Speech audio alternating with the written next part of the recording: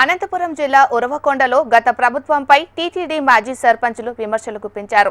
గత ప్రభుత్వం తప్పిదాల వల్లే నేడు మిరప రైతులు కష్టాలకు గురవుతున్నారని, వైసీపీ హయాంలోనే మిరప ధరలు గణనీయంగా తగ్గాయని, గతంలో మిరపకు గిట్టుబాటు ధర కోసం రైతులు ఆందోళన చేస్తే 200 మంది రైతులపై కర్ణాటక పోలీసులు కేసులు నమోదు చేశారని టీడీపీ మాజీ సర్పంచులు తెలిపారు.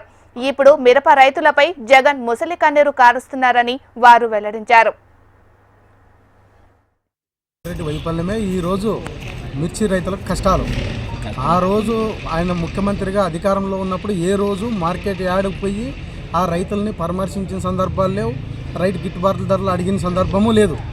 ఈరోజు ఆయన మార్కెట్ యార్డ్కి పోయి 15 నిమిషాలు ఆ మార్కెట్ యార్డ్లో కూడా నిలవలేక ఆయన ఆడ రైతులు ఉన్నా కూడా ఆయన పట్టించుకోకుండా వచ్చి మాట్లాడుతున్నాడు. ఆయన ఆ కష్టాలు వచ్చిండేదే ఆయన నుంచి.